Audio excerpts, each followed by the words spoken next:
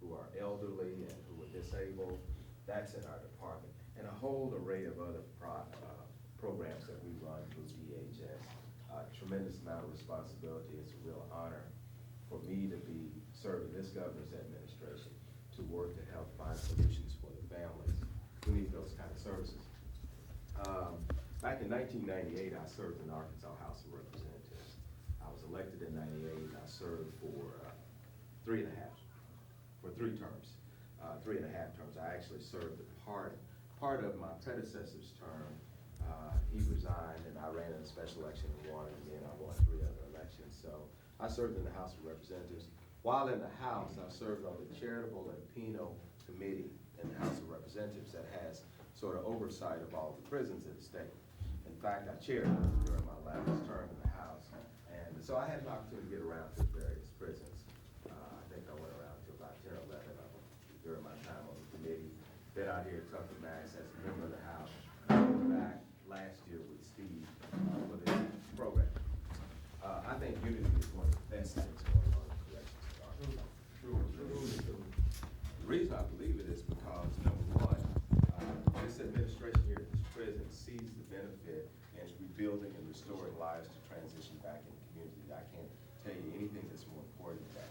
Then you got great people on the inside like Alvin and his team who have been where you are, who recognize some of the choices that he's made that were not the best choices.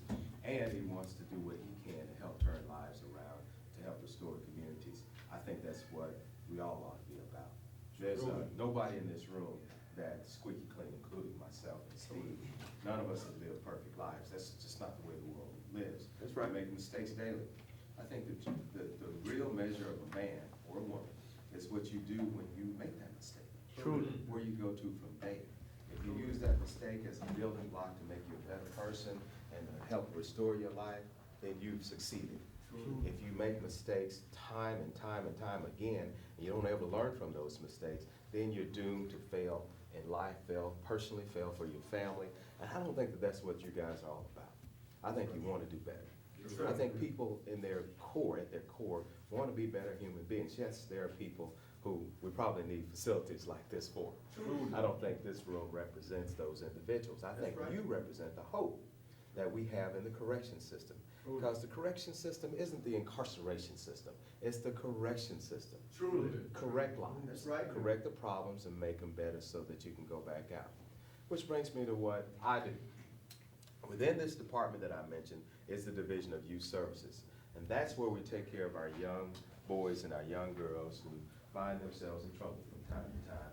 Our task and our job is to come up with solutions to help them rebuild their life. And they're our responsibility up to about 21. And it's unfortunate. I've walked through all of our facilities actually, and seen the young boys and the young girls, and sometimes somewhere along the line, I think they lost hope. Sometimes, somewhere along the line, they lost encouragement. Someone to tell them that you can succeed, that you can do better. Just because your daddy or your mother, or your brother, or your sister did this or did that, that doesn't necessarily mean that you can't make better choices than them. I think each generation ought to want to do better. I want my children to do better than I'm doing. My dad wanted me to do better than he did. And you want yours to do better too. So what we do as a society is identify problems and try to come up with solutions to those problems. So there at the Division of Youth Services under Steve's leadership, and our director's name is Ron Angel, and a great team, we try to find ways to identify the problems that our young boys and our young girls have. Because we see a direct line between them where they are now in the Division of Youth Services and where you are now in the Department of Corrections. Steve quoted some statistics earlier. We believe that if we can catch them right there and help correct some of the problems that they're having in life, recognizing that, you can have all the studies and things that, and it won't really matter unless we really are serious about action, about turning their lives around. And that's what we're doing. I think Steve is one of the greatest assets that we have at the department because he's lived in the world that you've lived in. Truly, he's lived in the world where these children that we are tasked with taking care of. And when I say lived in, he was the county coroner. He walked into homes and saw things that you saw up here on film day in and day out. I mean, that's gotta be a nerve-wracking thing for any normal human being.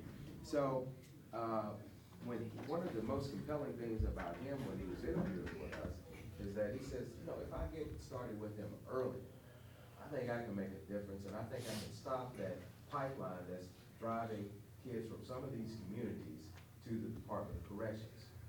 And he's had a tremendous degree of success. But you know, he won't be as successful unless he can get some other soldiers like you guys walking shoulder to shoulder with him back in the community. You know, tell these kids, look, you're making a bad choice now. This is gonna take you nowhere. If you make better choices, you can steer your life in a different direction.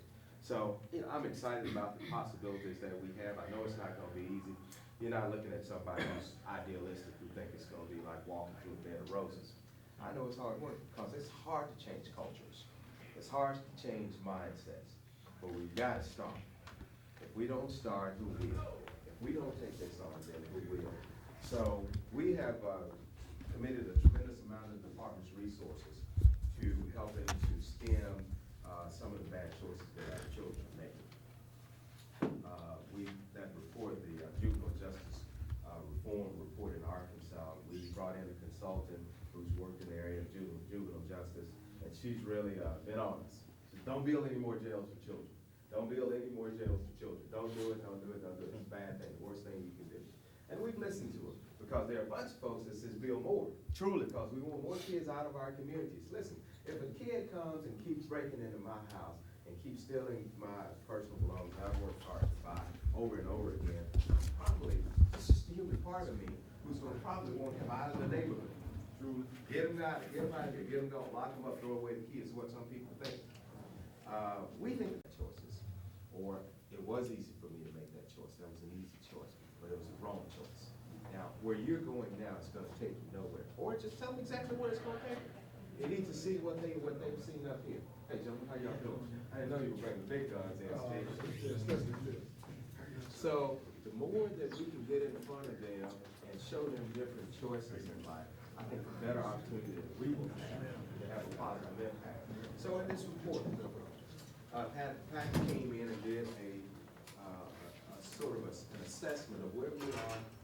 She compared it to what other states are doing that have been successful and where we ought to be going in the future. So we decided that there's several elements of that program that we can implement right now, that we can do without a lot of money, that we can do by just changing the culture and changing our ways. And those are some of the things that we're doing. Steve has a lead. Let's have a frank discussion about it. If you think that some of them are bad, let's really talk about it. If you think some of them are good, have greater merits, let's talk about those. If you think some of them can be improved upon, I'm interested. I'm not down here because I don't have anything better to do today. I drove down here. Last time I came down here, it was storming. It's raining again out there. It was cold that night. You pick rainy days for me to drive down here. I don't like hanging out in the rain if I can help it. But we're right in the middle of the legislative session, and one of the things that I do with my department, at the Department of Human Services, is I run the legislative, talk about what happened in the session the day before, to look at the bills that have been filed, and to look at what's going to happen in committees the next day. Then we develop a strategy. A lot of work involved with that. Now, I have to do that in addition to all the stuff that I normally do. So I have a lot of other things that I could be doing today, but I'm here today because I think that you all are sincere. I know I'm sincere about helping to come up with solutions for our children. Because we've got to change this. I don't know any one of you in this room that don't believe we can do better as a society for our young people. I mean, just don't think about it. How many of you got children? Any of you want them to do worse than you're doing in life? Just raise your hand back up. How many of you want your children to do better than you're doing? To have the best options and to have better opportunities. That's what society is all about. I know I want it. I've got 3 of them, 2 sons and a daughter. One of them, he acts too much like me. I'm worried about him, but the others, I think they've got a chance. But you know what? We can, but unless I take the time out to talk to them, all 3 of them. I mean, I've been where they're trying to go. You've been where yours are trying to go. That's right. So we can help them. And in a broader sense, I look at society, our neighborhoods, because that's all the world is one neighborhood connected to the next neighborhood, connected to the next one. Truly. This world is just one big neighborhood. And if you think that you're in move, so there was a quote up on the wall from Dr. King earlier, but one of my favorite quotes from him is that we are all inextricably caught up in this network of mutuality, tied by a single garment of destiny. And then he went on to say what affects one of us directly affects all of us indirectly. That's right. In other words, we're all in this ship together. We're going to rise or we're going to sink together. And then he also said, he wrote this when he was in jail in Birmingham. He wrote what they call the letters from the Birmingham jail. And he also said that injustice anywhere is a threat to justice everywhere. That's right. So if we're not taking care of children on this side of town, And he also said, we must turn neighborhoods into one big brotherhood. that's it. That's right. That's it. Truly. It's all consistent with the message that we need to, that I want to leave here today. We're all in this together. If we don't learn anything else, we're all tied in this together, whether we like it or not. Black, white, young, old, wealthy, poor, men and women, we're just tied in this together. And that bullet that Steve showed on that film a second ago, that's not a black bullet or a white bullet, that's just a bullet. It doesn't care who it hits, and it doesn't care which direction it goes. So let's just help our young people to make better choices. I think that with some of the projects that Alvin and I talked about earlier, some of the things that we can do as a group in terms of going back home, going back into the community, being a positive influence on these young people can help to change communities. That's right. That's the only hope that we have. So, those of you who have read the report, let's have a little bit. It's just, I don't know, we got time. Oh, yes, sir. Brother Greg. Yes, sir. I was reading through that, and I'm going through a certain situation now, Father, with my nephew, where I read about how majority of the kids that's in the youth centers and stuff, that they're nonviolent. You know, that it's more nonviolent than there is violent ones, and I'm a firm believer that putting kids into those kind of situations does, you know, raise up criminals. You know, where they learn how to be more criminal minded and whatnot. And my nephew is going through a certain situation right now, fathers, with him being with the wrong crowd and the theft of property and stuff. And he's a good kid, you know, played ball and stuff, you know, but he just mixed with the wrong people. And just right now I'm in fear that he's going to get involved into the system, you know. And just the statistics on fathers with nonviolent kids, what, like it was speaking of in the little program that we read about, there's more nonviolence, but once they get involved in the youth centers and you know, getting in trouble like that, it causes them to get into more trouble, you know. So that what stuck out to me, because I was thinking about my nephew when I was reading that. That's an excellent point, Mr. Hope. It's right. You're right. We believe that, first of all, we try to keep our serious and violent offenders separate from those who aren't. But we also know that in a broader sense, that too often young people can go into some facilities and leave out worse shape than they were when they went in. Kids, and myself to a large degree, believe that the key is not finding jails to put them in, but if we can develop more community-based programs within the community, whether it be counseling, whether it be mentoring, whether it be working on job skills or human relations skills. Second, third grade, he would bring some of his dad's alcohol to school, and Pete would steal the guy's stuff every day, you know, steal candy and steal things, and Pete never stopped those habits. But I liked him, man. He was my buddy. We actually went to church together too, and in church he was just this great guy, but he was always in the mischievous stuff, you know. But those skill. One of my best friends. Could have been me. Could have been me, just guilty by association. I could have been with him at the wrong time, and I could have gotten wiped out just like he did. But you know, there was obviously another plan for me in my life.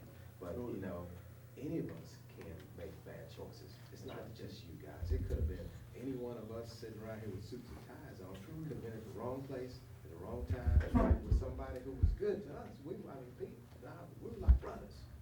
He just made a lot of bad choices. So, you know, at any point, you know, we could be that guy up there who had half of this person with half their head blown off, or that person with that hole in their shoulder from gunshot wound. We've been kept here for a reason. What we gotta do is figure out what that reason is. I think it was for a good reason. And we need to harness the goodness that we have in each and every one of us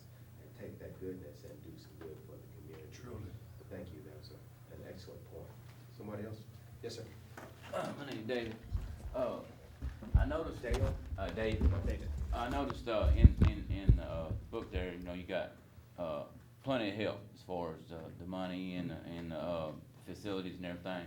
I think it's important in there to show the kids, if they keep going where they're going, this is where they're gonna lead to, as far as, you know, when I seen that guy get his head blown off right there, that really sticks in your person's mind, you know what I'm saying? If you keep going down that route, this is where you're gonna end up, or down here, you know, with us, you know what I'm saying, down here.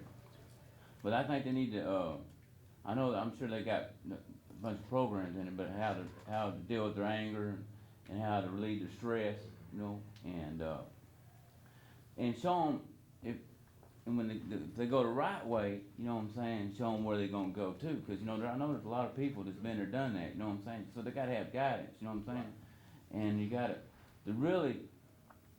It's when I was growing up as a kid, and I used to get in trouble driving fast, whatever. I had to go to that school, and they show you, hey, you know, they show you what happened if you hit that tree, and they show you when someone got killed. Well, that slowed me down, you know. So we gotta show them, you know, what's already been done to other people. We show them this, hey, you know, if you keep on going this route, you're gonna end up being dead, and just show them the pictures and show them the action, what's actually going on, so they can really just get a real good idea of what's really going on. And show them if they do right and where they're gonna go, and then show them how to get there. You know Not what I'm just saying? the negative, but some Yeah, positive. the positive. Show them the whole thing. Give them the big picture. You know what I'm saying? And pray. You know what I'm saying, that they'll get them on the right track. It's all about getting them on the right track and showing them, you know, get to the core of the anger and where everything's coming from, and get them proper guidance. All good points. You mentioned that report and some of the resources that are there. Y'all get to watch the TV, the news, I'm sure. Anybody heard of a guy named Bernie Madoff? Yes. Yeah, he's the guy that actually this morning he's in court. That's where we were gonna get the money from. They had made a commitment. They weren't gonna tell us what to do with it. They said, you come up with a plan and we'll help you to fund that plan. But you know what? Life is always gonna have obstacles. True. It's what you do with those obstacles. We could have thrown in the towel and given up, but no, I think it's next week. We've got 3 other groups coming to the table to sit down and talk to us about helping the fund. See, there's just a limited amount of money in Arkansas with your tax dollars. There's just so much that hopefully you'll hear from him in a minute, helps with. So there's a finite amount of money in state government. We want to do more. So we had to go out because it wasn't in our funded budget. We had to go out and find another funding source. So we're looking at 2 or 3 others within the next week that hopefully we can find. We're not going to give up until we get something done on this. So we're going to move forward. Yes, sir. In the past, we had a class called OP Mental, but it didn't go to. OP Mental? OP Mental, Prison and Officers Mental. And I was reading over the handbook, and one thing I noticed that y'all didn't have interaction with people that was already incarcerated with the youth which was coming to the system and catching the crimes and committing the acts. I didn't. I think that's very important in the rehabilitation stage for the youth, that you have to use. I mean, guys that's willing to be a good positive role model while they're in prison for these youth, so these youth can see and get to hear what actually how your life can change from one decision, you know, and it can get took away from you from one decision. And I think that we have did that in the past with this program. I think that this program, along with DYS and other programs working together with the youth, just like when the youth get sentenced to something for whatever the judge sentenced them to, like public service for a year, 3 months or 4 months or whatever it is, you know, maybe you can come down here, you know, and get mentorship and guideship, and I think that would heal the prison and the youth department both at the same time. I believe that will make a positive impact for us. Of what y'all trying to do is using the information that's right here in this room, right here in this prisons, all prisons. Because there's a lot of brothers in here got a lot of good information and want to help in the rehabilitation. Right. I want to say this, Alvin, I think your point is well taken. I think that in a lot of instances, there's a fear factor that exposing some kids to people who they think are hardened criminals is probably not good for them. I don't buy that. I think that there are people who want to do better in life. Truly.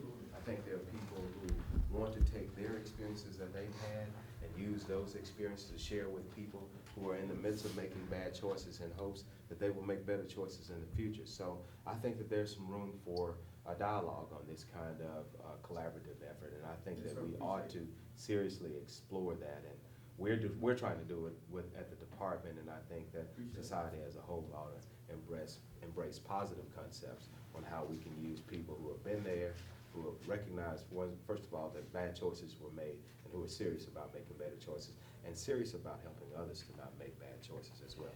He alluded to the fact there's a federal prohibition from that. There's a federal law that prohibits, it's called sight and sound.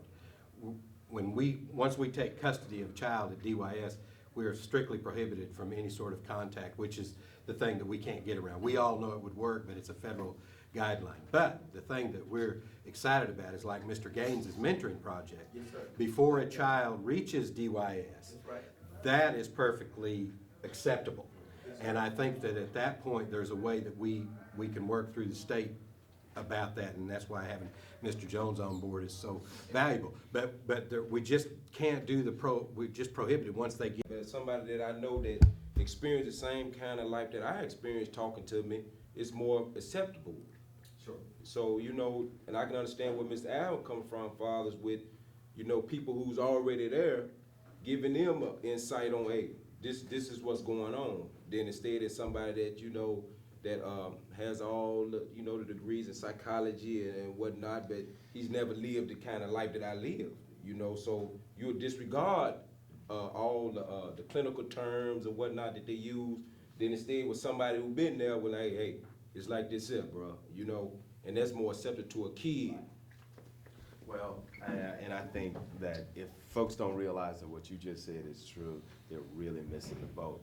Fellow that some of y'all probably heard of last year, that guy. Everybody's saying, and it's all good too, but I'm not just me. I think that if we as men, you know what I'm talking about, if we as men don't get some kind of information on what we need to do for ourselves, to better ourselves, we cannot be fathers. You know, I mean, and a lot of, all the problems I find mostly come from the kids.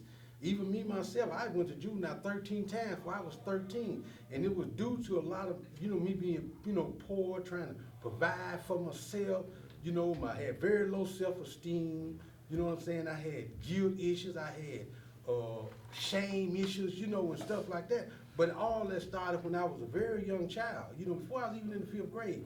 And if the parents is not bought into this process, you see what I'm saying? If they're not bought into the process to talk to the kid, to have information, to even know how to raise a kid.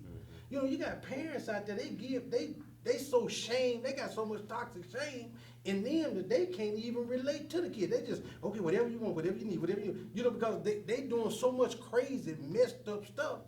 You see what I'm saying? That they allow the kid to do what he want to do. You know, I think it all starts with the family. You know what I'm saying? And for as I had a daughter to go through there with y'all, and then it was amazing. I was sitting there thinking, not one time did she ever say anything bad. All she was talking about how she was developing. Dad, I'm finna give him a GED. Daddy, when I get out, they say they're gonna do this. Daddy. And they did all of that. You see what I'm saying? But I got a thing with, you know, the cause. She in DYS or was Yeah, she in she- Children and Family Services? I think it was, she went to DYS. The foster parent program? Right, all Is that. that what she was? Yeah. Okay. And you know, when she out now, she got going back to school, Good. got her little car, you know, and everything. They say she's doing very good.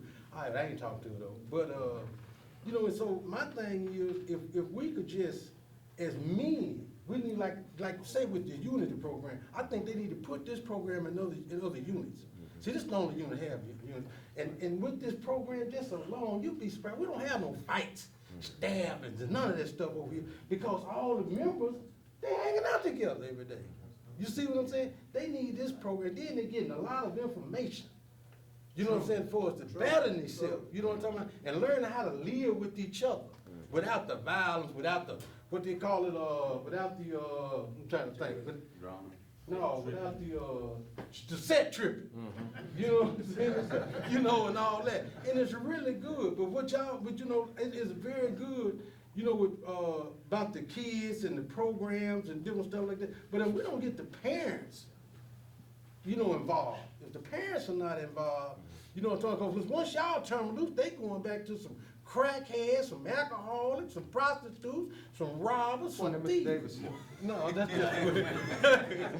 You see what I'm saying? And so I think it's the thing is getting the parents involved, and it can start right here, because a lot of these guys going home. And a lot of these guys got kids. You see what I'm saying? And so, I think they need to put unity in more units. Yeah. Well, thank you, Mr. Pike. When I was in politics, I used to make a speech from time to time. I talked about this kid, story that I told was about a child who was hurt.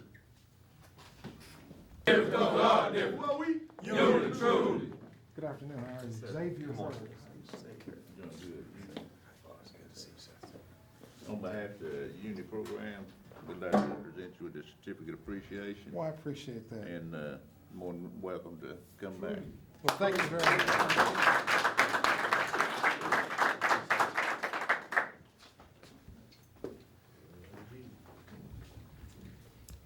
Mr. Jones. Thanks for having me. Love you too. On behalf of the Unity Program, I'm about to present you this banner that came back to your office. Very good. Thanks for this.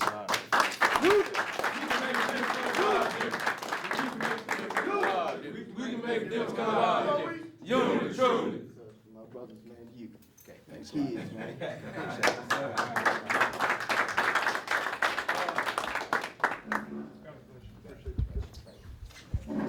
Appreciate it. Good luck. All right. Sir? Thank you for your remarks. Keep up the good work. Thank you. You do. Appreciate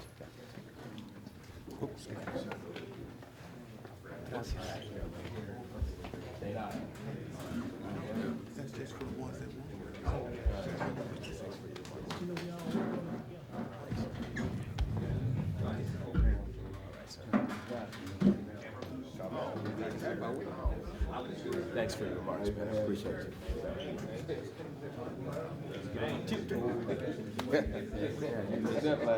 Shake hands. Thanks. Thanks for having me, sir. Thank you, sir. Appreciate you. I appreciate you. Mr. Cary Gaines.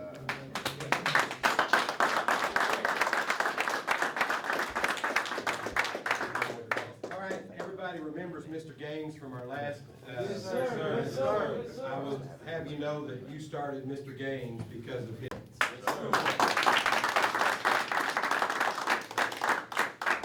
I'll be real brief. You know, I'm gonna tell you, the last time I was here, I talked about things that, I never talked about before. 63 years old.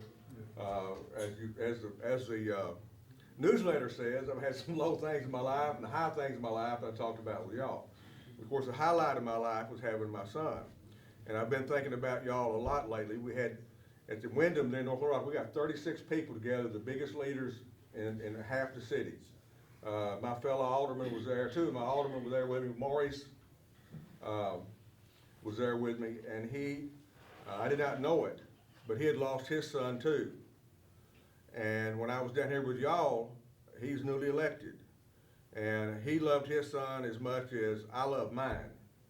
And so somehow, you know, Maurice, by the way, is a black guy, much younger than me, a lot prettier too, a lot, you know, stronger and all that, younger guy.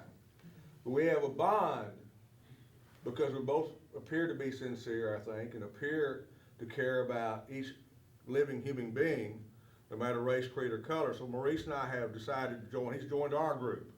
We're going to start in an area in North Little Rock, and we have started. But I will tell you, I talked to y'all without crying. But I got in front of my group up there and started bawling. I had to sit down. It was so embarrassing. I was humiliated. You know, I'm a male, right? No matter what. Males can't cry, can't do this, can't do that. Well, I'm going to tell you. Steve was there to tell you, a lady had to come up and finish the presentation. Because I started talking about my son. I couldn't hold back because I loved him so much. And why is that important to y'all? Because we need y'all. And I'm going to close on this. I'm the storyteller of the group. Whenever it comes down to it, I believe in reading a lot and understanding a lot and trying to get across people a lot. Y'all are very, very, very important what we're trying to do, what we're gonna do today. Your story will get out the way you want it to get out. You've got a lot inside you. I'll tell you, everywhere I go, I'll tell you about the people I went to high school with, how rough I grew up. I don't know why I didn't end up where I was, except I'll tell you over and over again, Legion Baptist Church, Little Rock Boys Club, Jim Bohannon, coaches, football, basketball, keep me on the right track. I had men that whipped me in a minute if I stepped out too far. You know what I'm saying? A lot of guys didn't have that. You can do that through a DVD and CD we're gonna do. Y'all ever heard of O'Hara Airport in Chicago? Wanted all the women he wanted. Everybody in Chicago loved him because he was Al Capone's number two man. That's stuff with my kids at times. I don't know if y'all have or not, so I try to make it up, try to be better, try to be a better person. That's right. Well, Fast Eddie had this boy born. And he kept thinking that boy was growing up. See, it's not what I say to you that matters. It's not what I make you feel, how good I make you feel. It won't make you feel good. It won't make me feel good. You know, it's not what I can say to motivate you. It's what I do. True. It's what I live. That's right. See, you can't get away from that, can you? No, sir. No, either what I do, that's it. Well, Fast Eddie was a smart man. He loved that child more than you could ever imagine. He kept thinking, do I want this child to be like me? No matter the money, the drugs, whatever they were doing. To summarize the story, he made up his mind, he did it out. So Mr. Fast Eddie turns in Al Capone with him. 1 year later, he was dead. He was shot about 7 or 8 times, very dead. His son Butch, though a few years later, became a flying ace in World War II. He was coming back in the Pacific, coming back by himself, the only one left. He was one of the best fighter pilots in World War II. He had a chance, a young man like 21 years old, this gentleman over there, to make a difference. You're looking at camera if you're gonna do that, if you're gonna talk, and if not everybody gets on camera they want to, we'll be back again. We'll be back again to talk to y'all. And you look at that camera and you say, you know what? I want you to talk to who you love. Now, I don't care what you go to do, but I know this, you're gonna make a message, you're gonna have an impact on someone's life. You hear me? Truly. You got a chance to do what most 90% of people out there asleep right now. They're in the prisons of their mind. They don't care about anybody or anything else. You know what? You care, don't you? Truly. You care, you know you do.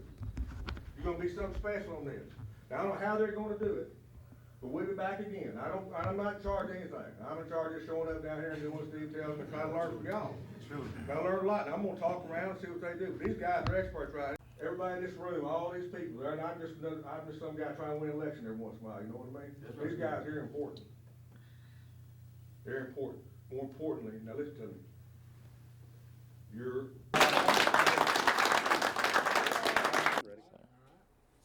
Okay, first of all, tell me your name again.